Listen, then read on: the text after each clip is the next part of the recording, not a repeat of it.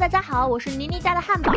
今天继续为大家带来搞笑脑洞美漫《辛普森一家》第18季第10集，全镇人民一起看露天电影，这么久以来还是第一次，辛巴自然是万分激动。可是走到场地才发现已经没位置了，小新手脚并用爬上了老爸的肩膀，发现在靠近大荧幕的位置还有块空地，同时发现呢还有眼镜仔一家。两位爸爸互相看了一眼，看样子是要八仙过海各显神通了。灵巧避过别人食物又迅速的是孩子们，通过搞破坏来追求速度的是辛巴。终于比赛进行到了最后阶段，眼镜爸超过了辛巴，眼看就要抵达空地，但辛巴使了一个小手段，他将野餐布裹在了小女儿身上，往前一抛，他稳稳地降落在了那片空地上，终究还是他们赢了。落下后不久，弗兰德就来放电影，这是拍摄于昨天的无声电影《笨蛋警察聪明贼》。影片开始，小偷将鸡装进了麻袋，鬼鬼祟祟地背着上路了。另一边，警察贴了张通缉令，上面的照片正是这个小偷。然而当他们打照面的时候，警察并没有立刻认出来，直到小偷跑远了，他才吹响哨子。可惜这些警察太蠢了，一车人都没认出桥段后的小偷。接着小偷将通缉令的照片换成了警察，警察一看自己被通缉了，直接将自己就地正法了。第一个对电影表示不满的是混混三人组，这不是无声电影吗？为什么我能听到它很烂？他们拿出偷来的零食就去砸负责放映的俩男孩，然后成功将这卷袋子给销毁了。这下在场的大人们也有意见了，他们聚集在这里就是为了看电影的。辛巴的两位姐姐觉得机会来了，他们怀揣多年的电影终于可以重见天日了。即使大家对它不感兴趣，但姐妹俩还是放了起来。首先出现的是小时候的辛妈，之后是三姐妹一起玩耍时的场景，这些画面勾起了辛妈的回忆。原来这是他们去碧湾旅行时的录像。她对家人们说，以前每年他们都会去那里的海边租房子。只见影片中的小辛妈却是十分开心，看渔民捕鱼，坐旋转木马，欣赏美丽的烟火。那的确是一段相当美好的童年。辛巴也感觉从未见妻子这么急切的想去一个地方，他当即决定将这盘录像刻成 DVD， 让妻子再神游一回。辛巴确实温故了一遍片子，但辛巴又觉得从未见妻子这么爱看 DVD， 于是又决定将录像下载到 iPad 里。然而这个环节出了点岔子，他不知道怎么下载，所以他决定直接带着妻子故地重游。看着收拾好的行李和兄妹俩，辛巴惊喜万分，就连小新都没有被遗忘，他彻底放心了。告别了家人们之后，他们就正式开始旅途了。临近岛屿的时候，一阵浓厚的白雾先抵达了他们的面前。辛巴说这是碧湾有名的白雾，还有首关于他的诗：一颗棉花糖落在沙灯里，软软的灰色之吻落在我脸上。然而当辛巴仔细闻了闻这雾，才发现这味道简直令人窒息，其他人也好不到哪去，都难受的咳了起来。靠近碧湾才发现，辛巴的童年天堂已经变成了垃圾场。辛小妹觉得这地方的恶心程度能排第2，仅次于巴西。辛妈来到了旋转木马前，她轻抚曾经坐过的那个海马，分外惆怅，想着自己以前还给他取过名字呢。而现在她的眼睛竟被刻上了纳粹标志。他们来到了街道，3个服务员连忙挥舞着双手吆喝，他们已经有好几年没有接待过游客了。好在他们的果冻酱对辛巴是有吸引力的，他直接购买了一整只手臂。接着一家人又来到了码头，辛妈询问正在收拾渔网的船长，为什么曾经的天堂会变成如今的模样。船长说，自从美味鱼消失后，这个岛就大不如前了。辛妈知道这种鱼真的非常美味，连鳕鱼都比不过它。船长又接着说，他们夜以继日的捕捞，然后有一天他们消失了。辛小妹听到这沉不住气了，是不是因为你们过度捕捞啊？或许是他们不产卵了，或许是你们把他们都杀光了，也许他们是自相残杀，也许你应该感到羞耻，也许你应该嫁给眼镜仔。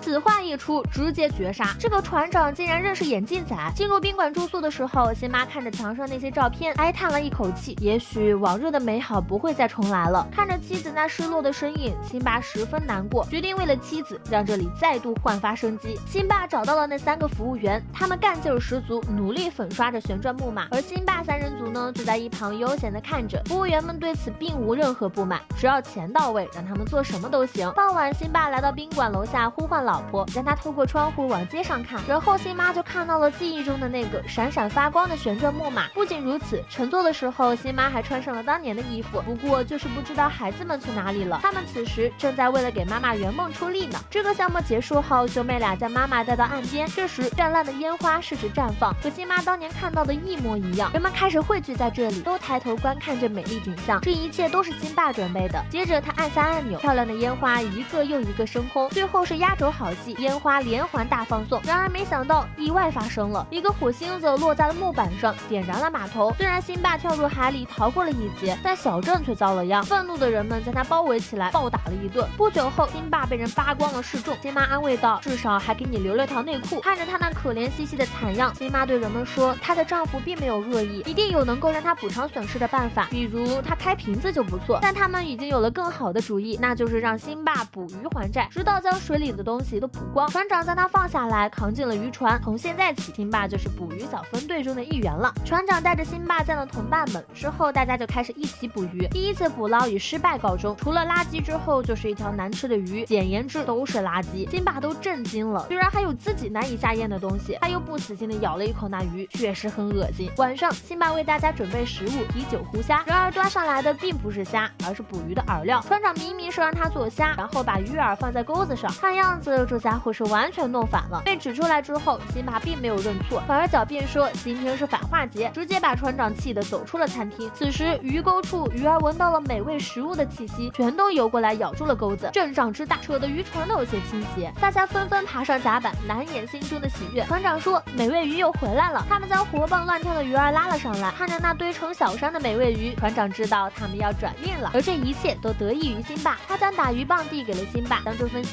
悦和成就交给了他。辛巴接过棒子，一棒又一棒的打了下去，直到最后那些残渣已经溅满了全身，也毫无知觉。所有人都沉浸在捕到美味鱼的喜悦中。另一边，母女俩来到了一个研究所，两人在一个展柜面前停住了，介绍说它可以模拟全球变暖在接下来的3年会给世界造成的影响。只见按下开关后，大水上涨，人们都死掉了。辛巴安慰女儿，3年还早着呢。这时他们听到了有人说话，走过去才发现一个人正盯着电脑。那人说海上有一个大风暴，虽然之前也遇到过，但这一次是他见过的最强风暴。这话把母女俩吓傻了，辛巴还在出海呢。此时辛巴一行人还在捕捞美味鱼，有一个船员说西边的天色有点不对劲，劝说船长回去了。但好不容易才发现美味鱼，船长不同意现在就返航。另一个船员也说气压表也不太对劲，船长不信，说如果暴风真的会来，他的膝盖就会跳动，然后他的双腿就不受控制的跳了起来。可惜这时候已经晚了，乌云已经来到了他们的头顶。西妈很是担心丈夫，就拿着望远镜在灯塔上尽力搜寻船只的位置。无奈天色太暗，又下着暴雨，她什么也看不到。但辛巴知道，只要自己集中注意力，再加上爱的力量，她就能够听到丈夫的心声。果然，闭上眼睛之后，她听到了。辛巴说她很好，这边的波浪越来越大，海水也在不断上升，还问接下来会不会是胡椒水。辛巴见她还有心思开玩笑，稍稍安了下心。但海上的情况确实不容乐观，他们被翻涌而来的巨浪冲得东倒西歪。在前方的玻璃被打碎后，船长让他们去拿救生筏，然而没想到箱子打开，里面竟然是小新。看到儿子，辛巴很是奇怪。小新说妈妈他们要去民间艺术博物馆，又要去给蟹壳上色，他实在忍受不了他们的娱乐活动了。这时远方的老谋子预感到辛巴有危险，于是就叫上了莱尼和卡尔，准备前去营救。然后雨下得太大了，还是回去喝酒吧。老旧的渔船翻过了一个又一个的巨浪，踏浪的时候辛巴还去打了一球高尔夫。终于有一个浪他们没能迈过去，巨大的浪潮压下，只一瞬间船就被毁了。小新问爸爸，我们会活下来的对吗？辛巴虽然表面安抚着儿子，实际上已经在和船长密谋，将他一棍子敲晕，少受点淹死的罪。又是一个浪打来，他们连一点依托都不剩了。辛巴做出祈祷的姿势，希望能得到大海母亲的垂怜，但似乎他们并没有这么好的运气。教堂里人们为遇难的船员举行了葬礼，得知小新也在船上，母女3人哭成了泪人。不料牧师还没有念完悼词，辛巴一行人竟然出现了，一家人又在一起了。辛巴问他们是怎么活下来的，于是辛巴就想起了那时候发生的事。当时父子俩浮在水面上，辛巴突然发现旁边的海水泛着光，潜下去之后，他发现了一个全是人鱼的海底世界。不过这一切都是他被水草缠住后出现的幻觉。小新游下来解救了辛巴，然后他们就被一张巨大的网带到了一艘船上，是那些船员将他们带回了这里。这时船长向人们呼喊道，走吧，我们去取渔网，再去捕美味鱼。金小妹拦住了他们，过度捕捞以及贪婪带给这座小镇的只有灾难和毁灭，要趁早悔改啊！没想到船长认同了他的看法，他也觉得除了消耗海洋资源，一定还有别的谋生方式。这另一种谋生方式嘛，就是砍树。以前的渔民现在都变成了伐木工，看着大树一棵棵倒下，金小妹心态崩了。这并不是她想要的结果，但这一次她再也无法阻挡了，因为很快整座小镇的树都倒下了。本集致敬了2000年的美国惊悚电影《完美风暴》，该片改编自一部同名纪实小说，大概讲述了一艘捕鱼船在大西洋上遭遇100年难遇的风暴，然后船员们在船长的带领下与风暴搏斗的故事。海上求生确实惊险刺激，不过新小妹与船长的争论更让人在意。想要在遗世独立的孤岛上生存，人们所能依靠的似乎只有大自然给的馈赠。想要恢复昔日的荣光，捕鱼、砍树都不可避免。但新小妹的话并非只有理想主义，过度的开采导致的结果确实只有灭亡。任何地方想要长期的发展，都必须依靠自身的力量创造出价值。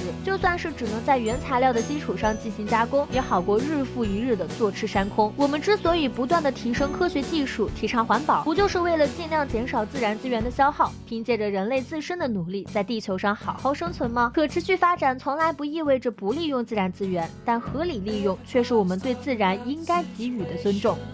本期视频就到这里了，喜欢的小伙伴们别忘了点赞、评论、加关注，咱们下期再见，拜拜。